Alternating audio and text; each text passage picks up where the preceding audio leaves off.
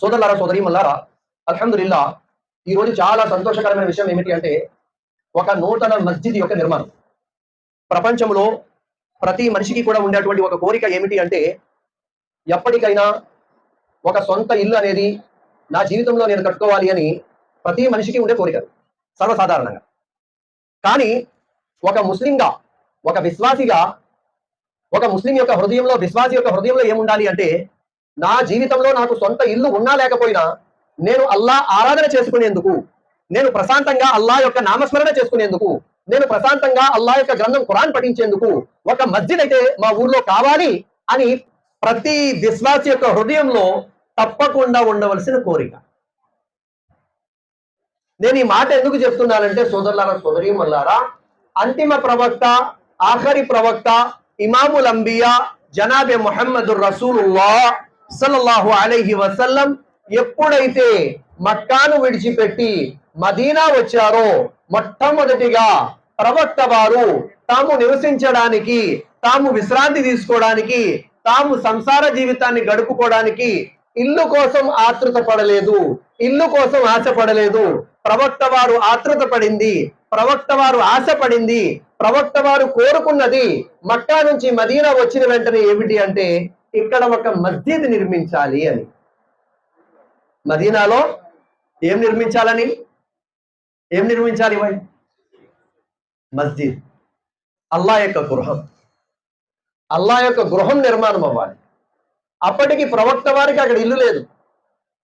వాస్తవానికి ప్రవక్త వారు హిజ్రత్ చేసి వచ్చారు, సొంత ఇల్లు లేదు, విశ్రాంతి తీసుకోవడానికి ప్లేసే లేదు అసలు ప్రవక్త గారికి.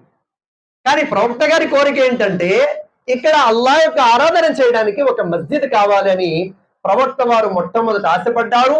అందుకే మదీనా మునవ్వరా వచ్చిన తరువాత మొట్టమొదటి ప్రవక్త గారు చేసినటువంటి పని ఏమిటి అంటే మస్జిద్ యొక్క నిర్మాణం.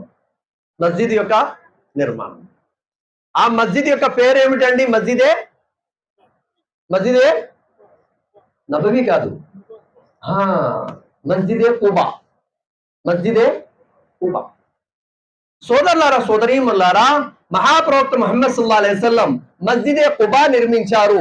ఆ యొక్క నిర్మాణంలో ప్రతి సహబీ కూడా తమ వంతుగా కష్టపడ్డారు, తమ వంతుగా ప్రయత్నం చేశారు, తమ వంతుగా తమ యొక్క ఏ రకంగా మేము మస్జిద్కి సహకరించగలమో ఆ రకంగా సహకరించారు.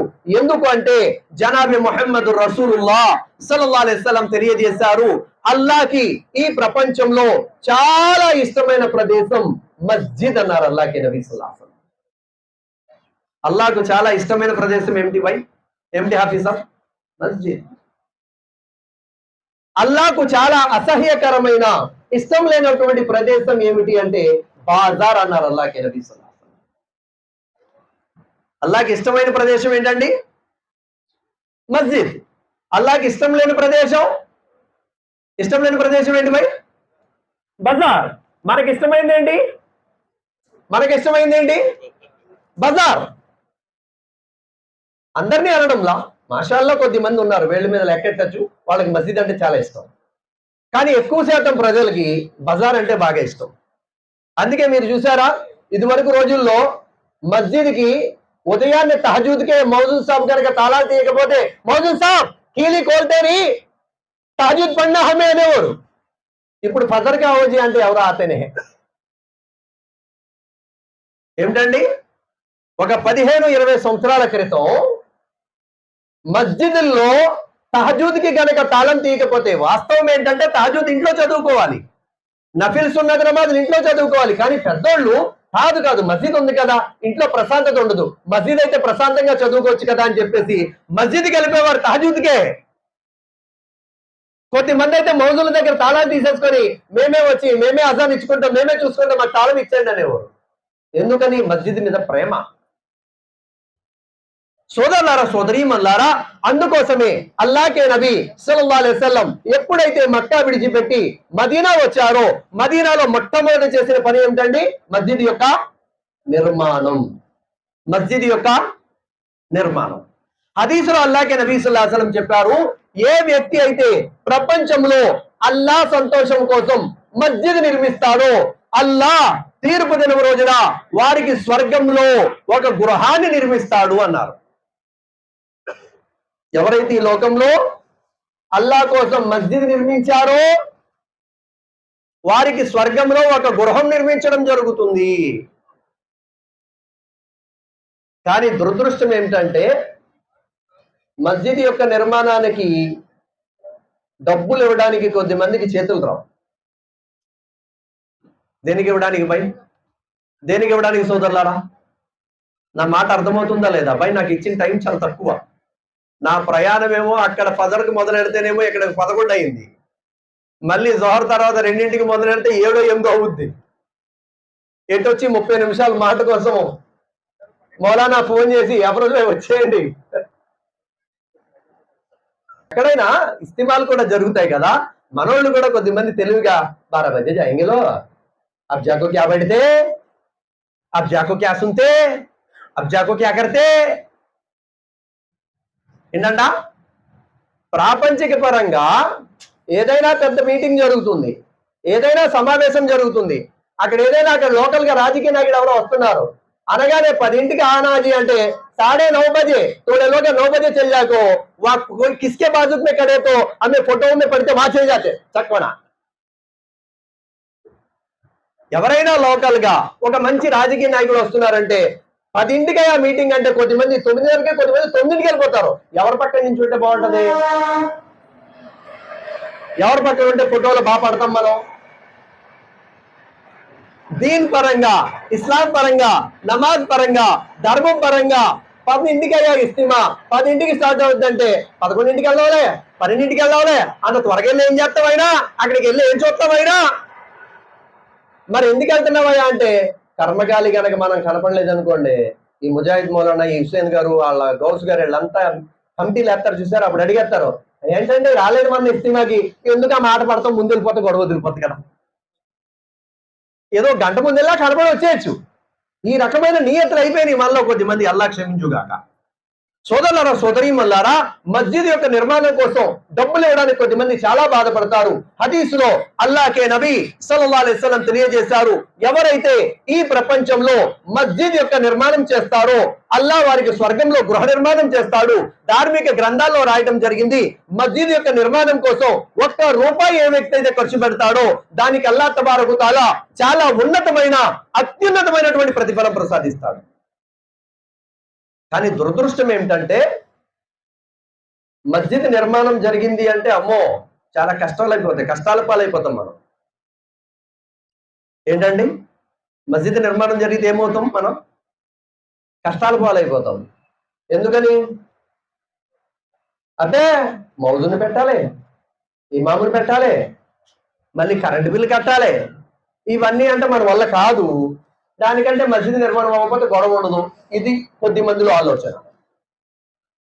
కొద్దిమంది ఆలోచన విధానం ఎలాగంటే అల్లాహ్ క్షమించుగాక, అల్లాహ్ క్షమించుగాక, మస్జిద్ కట్టిన తర్వాత అండి మస్జిద్కి రాకపోతే పాపాత్ములు అయిపోతారండి, అందుకే మస్జిద్ లేకపోతే గొడవ వదిలిపోద్ది. అయ్యో మస్జిద్ ఉంటేనే కదా మనకి వెళ్ళాలనిపిస్తుంది,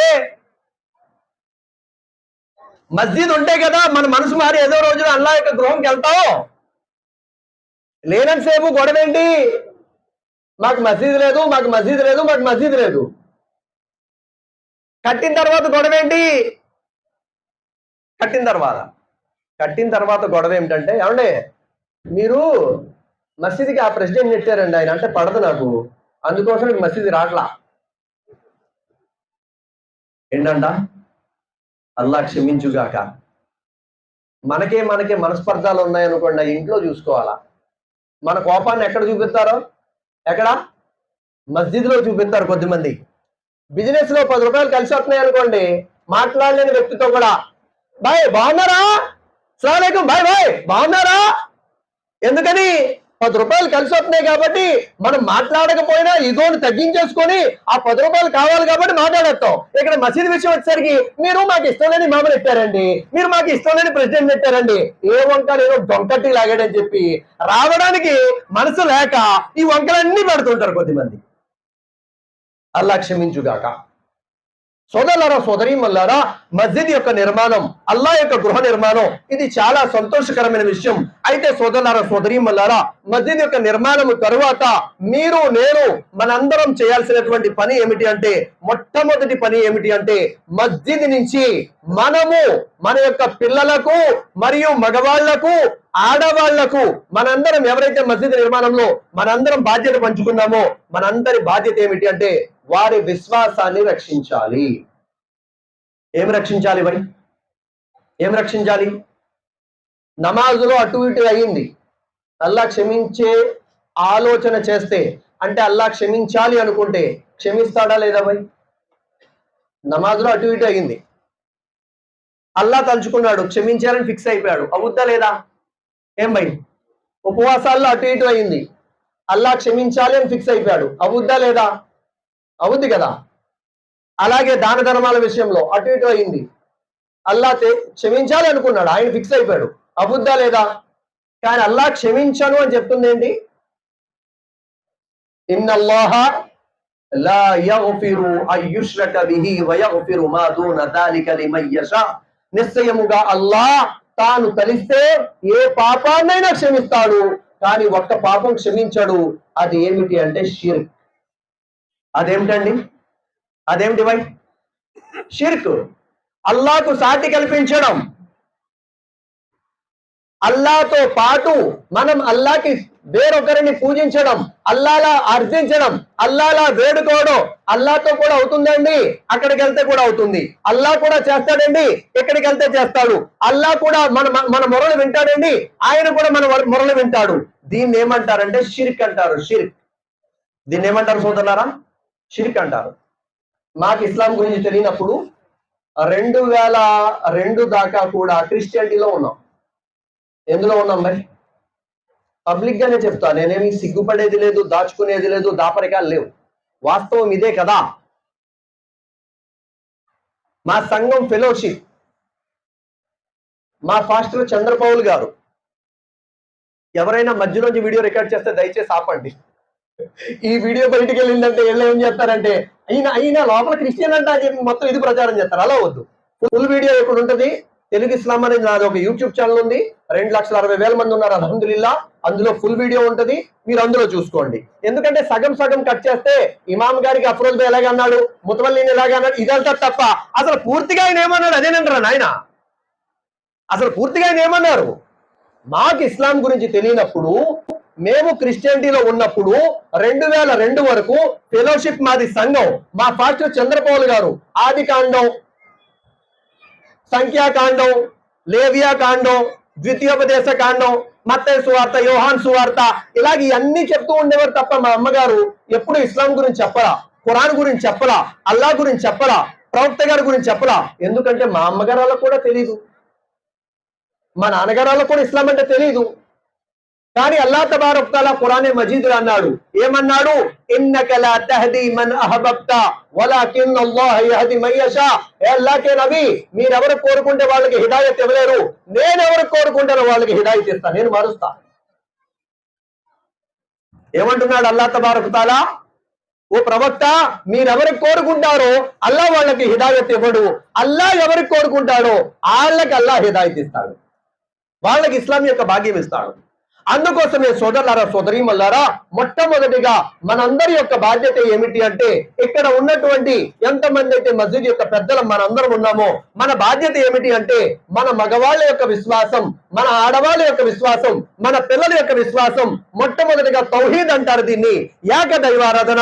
ఈ విషయంలో మనం మన యొక్క ఊరు వాళ్ళందరికీ కూడా మనం చెప్పగలగాలి, అల్లా సృష్టికర్త ఒక్కడే, ఆయనకు పుట్టుక లేదు, చావు లేదు, ఆకలి లేదు, దాహం లేదు, కునుకు లేదు, నిద్ర లేదు, భార్యలు లేరు, బిడ్డలు లేరు, మలమూత్ర విసర్జన లేదు. మరియు ఈసా అలైహిస్సలాం ఎవరు? యేసుక్రీస్తు ఎవరు? ప్రవక్త. అల్లా తబారక్ తఆలా ఖురాన్ మజీద్ లో చెప్పాడు, ఏమని?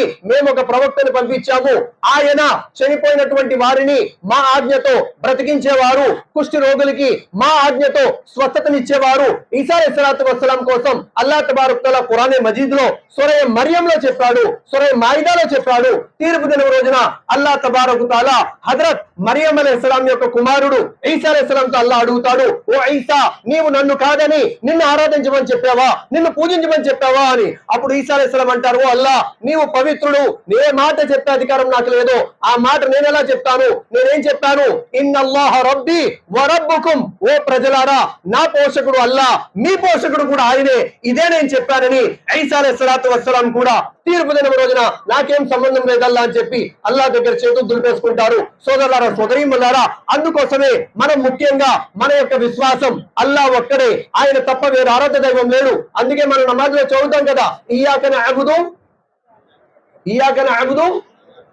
వ ఇయ్యాక నస్తఈన్, ఓ అల్లా, మేము నిన్నే ఆరాధిస్తాం, సహాయం కూడా. సహాయం ఎవరిని అడుగుతాం భయ్? అల్లానేనా? ఆయన ఒక్కనే కదా అడగాలి, ఆయన ఒక్కనే కదా వేడుకోవాలి. ఈసా అలైహిస్సలాం కూడా అదే చేశారు కదా. పరలోకం మీద మా తండ్రి, ఆయన్ని వేడుకున్నారు కదా, ఆయన్ని అడిగారు కదా. అంటే మాకు తెలియనప్పుడు అలా ఉన్నాం, తెలిసిన తర్వాత అల్హమ్దులిల్లా అల్లా అంటే ఏంటో తెలిసింది. హజరత్ ముహమ్మద్ సల్లల్లాహు అలైహి వసల్లం ఎవరో తెలిసారు. ఆఖరి ప్రవక్త హజరత్ ముహమ్మద్ సల్లల్లాహు అలైహి వసల్లం, ఈసా అలైహిస్సలాం ఎవరు, ఇబ్రాహీం అలైహిస్సలాం ఎవరు, ఇస్మాయిల్ అలైహిస్సలాం ఎవరు, ఇస్హాక్ అలైహిస్సలాం ఎవరు, యాకూబ్ అలైహిస్సలాం ఎవరు, దావూద్ అలైహిస్సలాం ఎవరు, అయ్యూబ్ అలైహిస్సలాం ఎవరు, జకరియా అలైహిస్సలాం ఎవరు, యహ్యా అలైహిస్సలాం ఎవరు, నూహ్ అలైహిస్సలాం ఎవరు, ఇద్రీస్ అలైహిస్సలాం ఎవరు, ఈ ప్రవక్తలందరూ కూడా ఎవరు? ఖురాన్ మజీద్ అల్లాహ్ తబారక తఆలా ఈ ప్రవక్తల కోసం చెప్పాడు. ఈసా అలైహిస్సలాం కోసం అల్లాహ్ ఖురాన్ మజీద్ లో చెప్పాడు. ఈ ప్రవక్తల గురించి తెలుసుకున్నాం, తర్వాత ఆ సృష్టికర్త అల్లా గురించి తెలుసుకున్నాం. తెలుసుకున్న తర్వాత తౌబా చేసిన తర్వాత ప్రాణం పోయినా అల్లాకు సాటి కల్పించకూడదు. ప్రాణం పోయిన అల్లాకి సాటి కల్పించకూడదు. ప్రపంచంలో ఇంచుమించు ఇస్లామిక్ దేశాలు ఎన్ని ఉన్నాయండి?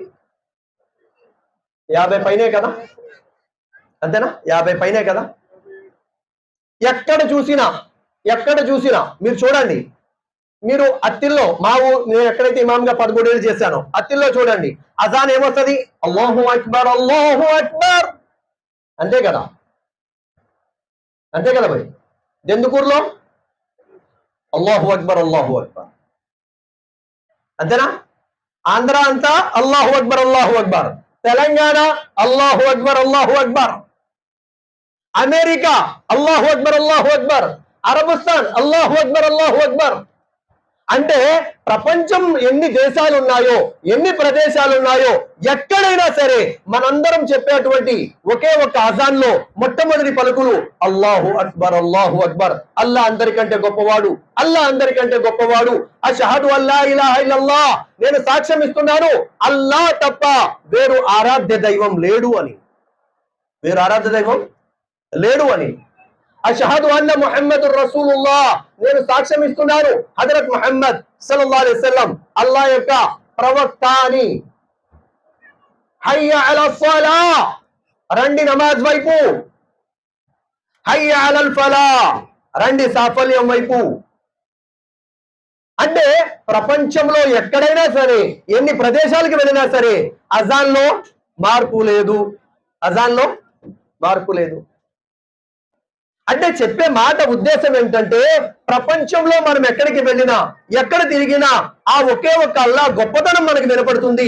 ఆ ఒకే ఒక్క అల్లాని విశ్వసించాలి, ఆ ఒకే ఒక్క అల్లా యొక్క విధేయత చూపాలి, ఆ ఒకే ఒక్క అల్లాని అర్థించాలి. మనకు కష్టాలు వచ్చినా, బాధలు వచ్చినా, ఇబ్బందులు వచ్చినా, సమస్యలు వచ్చినా, రోగాలు వచ్చినా, మనకి ఎలాంటి సమస్య ఆ ఒకే ఒక్క అల్లాతో చెప్పుకోవాలి. దాన్నే అంటారు తౌహీద్. దాన్ని ఏమంటారు భయ్? తౌహీద్. అల్లాకు సాటి కల్పించకూడదు. ప్రాణం పోయినా అల్లాహ్కి నబీ సల్లల్లాహు అలైహి వసల్లం అదే అంటారు హజరత్ అబూ దర్దా రదియల్లాహు అన్హు గారితో, అబూ దర్దా నిన్ను ఉరికంబం ఎక్కించిన, ఏమన్నారు ప్రవక్త గారు? అబూ దర్దా, నిన్ను ఉరికంబం ఎక్కించిన, నిన్ను తుంటలు తుంటలుగా కోసిన,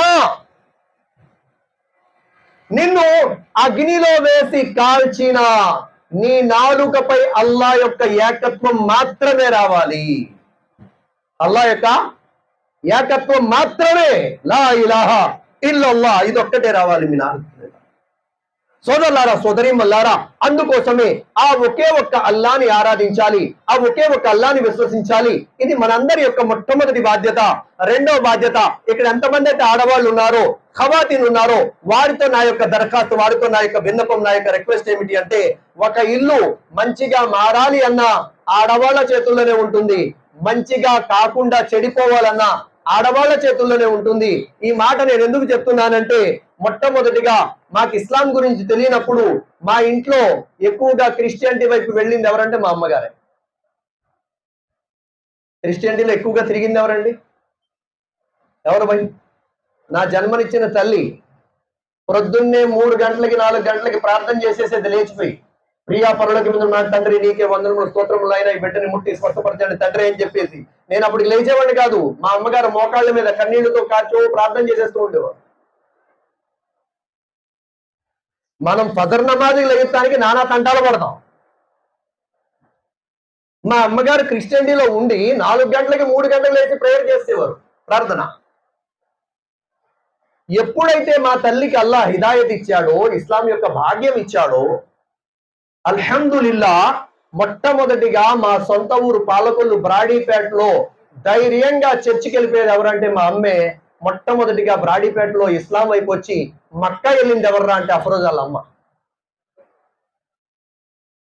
అంటే నేను చెప్పే మాట ఉద్దేశం ఏమిటంటే, ఒక ఇల్లు మంచిగా మారాలన్నా అల్హమ్దులిల్లా ఆడవాళ్ళు తలుచుకుంటే అయిపోద్ది. ఒకవేళ ఇల్లు చెడిపోవాలన్నా, నాశనం అయిపోవాలన్నా ఆడవాళ్ళ చేతుల్లోనే ఉంది. అందుకోసమే అక్క చెల్లెలతోటి నా రిక్వెస్ట్ ఏమిటి అంటే, మీరు గనక మీ మగవాళ్ళని మస్జిద్కి పంపించాలి అనుకుంటే, మీ పిల్లల్ని మస్జిద్కి పంపించాలంటే మీ చేతుల్లో ఉంది, మా చేతుల్లో ఏమీ లేదు. మీరు కావాలంటే చరిత్ర తిరగేసుకోండి, చరిత్ర తిరగేసుకోండి. హజరత్ మూసా అలైహిస్సలాతు వస్సలాం కాలంలో ఫిరౌన్ యొక్క భార్య ఆసియా రదియల్లాహు తాలా అన్హా, ఆవిడ ఎప్పుడైతే అల్లాహ్ను విశ్వసించారో ఫిరౌన్ ఏమన్నాడు, ఆసియా నీవు సృష్టికర్త అయిన అల్లాహ్ని విశ్వసించావు, నాకు తెలిసింది. నీవు గనక ఈ పని మానుకోకపోతే, ఆ అల్లాహ్ని దైవంగా నీవు విడిచిపెట్టకపోతే నేను నీకు భయంకరమైన శిక్షలు వేస్తానని చెప్పన్నాడు. ఎవరు? సొంత భర్త. ఆ మహాతల్లి ఏమన్నారు, ఫిరౌన్ నీకు చేతనైంది చేసుకోవయ్యా, నా గొంతులో ప్రాణం మిగులున్నంత వరకు నా నాలుకపై వచ్చే ఏకైక పదం అల్లా, అల్లా, అదే పదం నా నాలుకపై. ఆవిడికి భయంకరమైన శిక్ష వేశాడు భర్త. సోదరీమల్లారా, అందుకోసమే మీరు తలుచుకుంటే మీ జీవితాల్లో మార్పు వస్తుంది. నా ఆఖరి మాటలు, గురువు గారు వచ్చారు కాబట్టి నేను చెప్తున్నాను. సోదరులారా సోదరీమల్లారా, బాగా గుర్తుంచుకోండి. ఎవరికైనా ఇస్లాం గురించి మన వాళ్ళకి తెలియదు, ఎవరికైనా అల్లా యొక్క గురించి వాళ్ళకి తెలియదు, ఎవరికైనా ప్రవక్త గారి గురించి వాళ్ళకి తెలియదు. వాళ్ళకి మనం ప్రేమగా చెప్పాలి తప్ప కోపంగా చెప్తే ఎవరికి అర్థం కాదు. కోపంగా చెప్తే ఎవరికి అర్థం కాదు. నేను ఎప్పుడైతే ఇస్లాంలో లేనో, చర్చ్కి వెళ్ళేవాడినో, మా అమ్మ నాన్న మేమంతా ఫ్యామిలీ చర్చికి వెళ్తే ఒకలా ఉండదండి. ఎలా ఉంటుందో తెలుసా? అది బహిరంగంగా చేస్తాం. పాలకొల్లు బ్రాడీపేటలో పబ్లిక్ గా మా అమ్మగారు నన్ను, మా తమ్ముడిని, మా చెల్లిని వెంట పెట్టుకుని ఆదివారం ఈ టైం వచ్చిందంటే డైరెక్ట్గా వెళ్ళిపోయేవారు. ఎవ్వడు అడగడానికి సరిపోవాడు కాదు. అయ్ నువ్వు చర్చికి వెళ్దాం, వెళ్ళిపోయాం, మేము మతం తీసేసుకున్నాం, మీరు తీసేసుకోండి మమ్మల్ని సాయిబుల్లో చేయనండి మా అమ్మ డైరెక్ట్. కానీ అల్లా ఎప్పుడు ఎవరి హృదయాలు ఎలా మారుస్తాడు ఎవరికి తెలియదు, అది అల్లాకే తెలుసు, అది అల్లాకే తెలుసు. అక్కడ కొద్దిమంది ఉండేవాళ్ళు, నమాజ్ చేసేవాళ్ళు, వాళ్ళు అనేవాళ్ళు ఏమని, మీరు ఆ అల్లలో కలిసిపోయారంట కదరా, మీరు ఇంకా అలాగే బతకండి, మీ జీవితాలు అంతే, ఇంకా మీరు మారరు అనేవారు. ఆ మాటలు ఇంకా అటువైపు వెళ్ళడానికి మార్గం అయిపోయాయి. ఎందుకని? ఎప్పుడైతే మన ముస్లిం సోదరులు కష్టాల్లో, బాధల్లో, ఇబ్బందుల్లో ఉన్నారో వాళ్ళ దగ్గరికి మనం వెళ్ళి మాట్లాడకపోతే, మనం వెళ్ళి వాళ్ళకి పరామర్శించకపోతే, వేరే వాళ్ళు వచ్చి పరామర్శిస్తే అటువైపు వెళ్ళకపోతే ఎటువైపు వెళ్తారు? ఇప్పుడు కష్టాల్లో ఉన్నారండి, మన కమ్యూనిటీ ఉన్నారు, మనోళ్ళు ఉన్నారు, మనోళ్ళు కష్టాల్లో రాకపోతే ఇంకెందుకు? వాళ్ళు వచ్చారు, మీరు బాధపడకండి అమ్మా, మీ కష్టాలు దూరం అయిపోతే మేము ప్రార్థన చేస్తాం, తలలో వచ్చండి ప్రియా పరలోకమందున్న మా తండ్రి అన్నాడు. ఏదో కష్టాలు అల్లా ముఖద్దంలో పెట్టాడు, దూరం అయిపోవాలనుకుని అల్లా రాశాడు, దూరం అయిపోయాయి. కానీ నమ్మకం ఎటుపోద్ది, నమ్మకం ఎటుపోద్ది? వాళ్ళు వచ్చారు, ఏదో ప్రార్థన చేశారు, అటు కష్టాలు పోయినారు, అయిపోద్దా లేదా? ఇప్పుడు అలా కాకుండా వాళ్లే కష్టాల్లో మనం వెళ్ళి, వాళ్ళకి బాధల్లో మనం వెళ్ళి, ఇప్పుడు ఏదైతే మనం ఈ ముస్లిం ఐక్య సంఘం ఏదైతే పని చేస్తున్నారో అలాగే మన ఊర్లో ఉన్నవాళ్ళు, మన వాళ్ళకి ఒంట్లో బాలా, లేకపోతే ఎవరికి ఆరోగ్యం బాలా, మనం వెళ్ళాం మాట్లాడాం, అమ్మ ఒంట్లో బాగాలేదంట కదా, మీ ఆయన గారు పనికి వెళ్ళట్లేదంట కదా, మీరేం టెన్షన్ పడొద్దు, ఏమైనా అవసరమైతే మాకు ఫోన్ చేయండి, మా ఆడవాళ్ళకి చెప్పండి అని చెప్పేసి ఒక మాట చెప్పాం. వాళ్ళకి డబ్బులేమి ఇవ్వలా, కానీ ఆ ఒక్క మాట సహాయం అనేది వాళ్ళకి చాలా ధైర్యాన్ని ఇస్తుంది. వాళ్ళకి చాలా ధైర్యాన్ని ఇస్తుంది. ఎప్పుడైతే మా సైడు మా ఊరు సైడు ఎప్పుడైతే మన వాళ్ళు రాలేదో అప్పుడు క్రిస్టియన్స్ వచ్చారు, దగ్గరికి తీసుకున్నారు, బైబిల్ ఇచ్చారు, బైబిల్ చదవచ్చు తెలుగులోనే. ఎందుకంటే ఇది వరకు తెలుగులో మసీదులో మాట్లాడితే క్యారే తెలుగు మే బాత్ కర్తే హై చల్లా మసీద్ సే అనేవారు. అప్పుడు అలాగే ఉండేది. అప్పుడు 2002 అంటే ఒక 20 ఏళ్ళు దగ్గర 24 ఏళ్ళు అయిపోయింది. అప్పట్లో అలాగే ఉండేది, బయటికి వెళ్ళిపో అనేవారు. ఆ బైబిల్ ఏంటంటే తెలుగులో ఉండేది, చదివేసేవాళ్ళు. మా అమ్మగారు, మా నాన్నగారు చదివేసేవారు, మా తమ్ముడు, మా చెల్లి, మేము అందరూ చదివేసేవారు. అది నేనేమన్నానంటే, కోపంగా చెప్తే ఎవరికి అర్థం కాదు. ఒకటి ప్రేమగా చెప్పాలి మొట్టమొదటిగా, రెండోది వాళ్ళ కష్టాల్లో వెళ్తూ ఉండాలి, మూడోది ఏంటంటే దువా చేయాలి. ఏం చేయాలి భయ్? ఎలా మస్తాన్ భయ్ ఆయన మసీదుకి రావట్లేదు, వాళ్ళ ఇంట్లో వాళ్ళంతా ఇస్లాంకు దూరంగా ఉన్నారు, నువ్వు హిదాయత్ ఇవ్వల్లా, వాళ్ళ జీవితాన్ని మార్చల్లా, నువ్వు తప్ప ఇంకెవరు మారుస్తారల్లా, మేము చెప్పడం తప్ప హిదాయత్ నా చేతుల్లో లేదు కదల్లా, నీ చేతుల్లో పెట్టుకున్నావు కదల్లా, నువ్వు వాళ్ళ జీవితాన్ని మార్చల్లా అని చెప్పి మనం అల్లాతో ఏడ్చాం. వాళ్ళ జీవితాలు మారాయి, వాళ్ళు మారారు. బాగా గుర్తుంచుకోండి, ఒక మనిషి మారడం కాదు, ఆ మనిషి వెనకాతల ఎంతో మంది మారతారు. ఒక మనిషి చెడిపోవడం కాదు, ఆ మనిషి వెనకాతల ఎంతో మంది చెడిపోతారు. అందుకోసమే సోదరులారా, సోదరీమల్లారా, మొట్టమొదటిగా షిర్క్ మనం వదిలేయాలి. షిర్క్కి మనం దరిదాపులకు వెళ్ళకూడదు. తెలియకేదో జరిగిపోయింది, గతహ ఎల్లాం, చేశాం, ఇస్లాంకు విరుద్ధమైన పనులన్నీ చేశాం, అల్లా మమ్మల్ని క్షమించు, ఇక ముందు ఎప్పుడు చేయమల్లా, మేము ఏదో తెలియక అలా ఉండిపోయామల్లా, మాకు చెప్పేవాళ్ళు ఎవరు లేరు, మాకు నచ్చ చెప్పేవాళ్ళు ఎవరు లేరు, మాకు బోధించే వాళ్ళు ఎవరు లేరు, ఆ కష్టాల్లో వాళ్ళు వచ్చారల్లా, వాళ్ళు వచ్చారు కదా అని చెప్పి మేము వెళ్ళామల్లా, మాకు తెలియదల్లా, మమ్మల్ని క్షమించల్లా, ఇక ముందు అలా చేయమల్లా, నిన్ను తప్ప మేము ఇంకెవరిని ఆరాధించమల్లా అని చెప్పేసి అల్లాతో మనం దువా చేయాలి. రెండో పని, నా ఆఖరి మాట, సోదరులారా, సోదరీమల్లారా, ముఖ్యంగా మనము మన పిల్లలకి మక్తబ్కి పంపుతూ ఉండాలి, ఇస్లాం యొక్క చదువు నేర్పుతూ ఉండాలి. లేకపోతే ఈ రోజులు అస్సలు బాగాలేదండి, ఈ రోజులు అస్సలు బాగాలేదు. రోజులు బాగానే ఉన్నాయి, ఈ రోజుల్లో సొసైటీలో కొన్ని ప్రవర్తనలు బాగాలేదు. అతి ముఖ్యంగా ఆడపిల్లలు చాలా చెడిపోవడానికి మార్గాలు ఆసానైపోయాయి. అందుకోసం ఏమిటంటే మన బిడ్డలకి ఇస్లాం అంటే నేర్పించాలి, షరియత్ అంటే నేర్పించాలి, వాళ్ళకి అల్లా భయం అంటే నేర్పించాలి. బాగా గుర్తుంచుకోండి, కేవలం బురకాలు వేసుకోవడం అల్లా భయం వచ్చేసింది అనుకోవద్దు. బురకాలు వేసుకొని చెడు పనులు చేసేవాళ్ళు చాలా మంది ఉన్నారు. అల్లా రక్షించుగాక, అల్లా క్షమించుగాక. బురకా లేకుండా మంచిగా బతికే వాళ్ళు కూడా చాలా మంది ఉన్నారు. వాళ్ళకి బురకా గురించి ఇంకా అర్థం కాలేదంతే. బురకా వేసుకుంటే అల్లా ఎంత సంతోషపడతాడో, ఎంత ఇష్టపడతాడో, అల్లా ఎంత రాజీ అవుతాడో అర్థం కాలేదంతే. అందుకోసమే సోదరులారా, సోదరీమల్లారా, ఆడవాళ్లతో నా ముఖ్యమైన విన్నపం ఏమిటంటే, మీ పిల్లల్ని కాస్త మక్తబుకి పంపుతూ ఉండండి. ఎప్పుడైతే మీరు మక్తబుకి పంపుతారో పిల్లలకి ఇస్లాం అంటే తెలుస్తుంది, షరియత్ అంటే తెలుస్తుంది, దీన్ అంటే తెలుస్తుంది. అప్పుడు వాళ్ళ జీవితాలు కూడా బాగుంటాయి. బాగా గుర్తుంచుకోండి, ఈ రోజున ఓల్డ్ ఏజ్ హోమ్ లో మన వాళ్ళు లేరు, అల్హమ్దులిల్లా, చాలా తక్కువ. నేను తిరుగుతుంటాను, చాలా తక్కువ సంఖ్యలో ఉన్నారు. మనం మన బిడ్డలకి దీన్ నేర్పకపోతే గనక చాలా ఎక్కువ సంఖ్య కొన్ని రోజుల్లో మనోళ్ళే లోపలికి వెళ్ళిపోతారు. అబ్బా ఇక్కడ కైకూడో, అబ్బా వృద్ధాశ్రమే బయట, అబ్బా తుమరకు అచ్చారత అంటారు. ఆ పరిస్థితి రాకముందే మన పిల్లల్ని కాస్త మస్జిద్కి, మక్తబ్కి పంపితే మన బిడ్డల జీవితాలు బాగుంటాయి. అల్లా తబారక్ తఆలా మీకు చెప్పేటువంటి నాకు కూడా ఆచరించే సద్బుద్ధి సౌభాగ్యం ప్రసాదించుగాక. గురువు గారు మాట్లాడతారు ఇన్షా అల్లాహ్.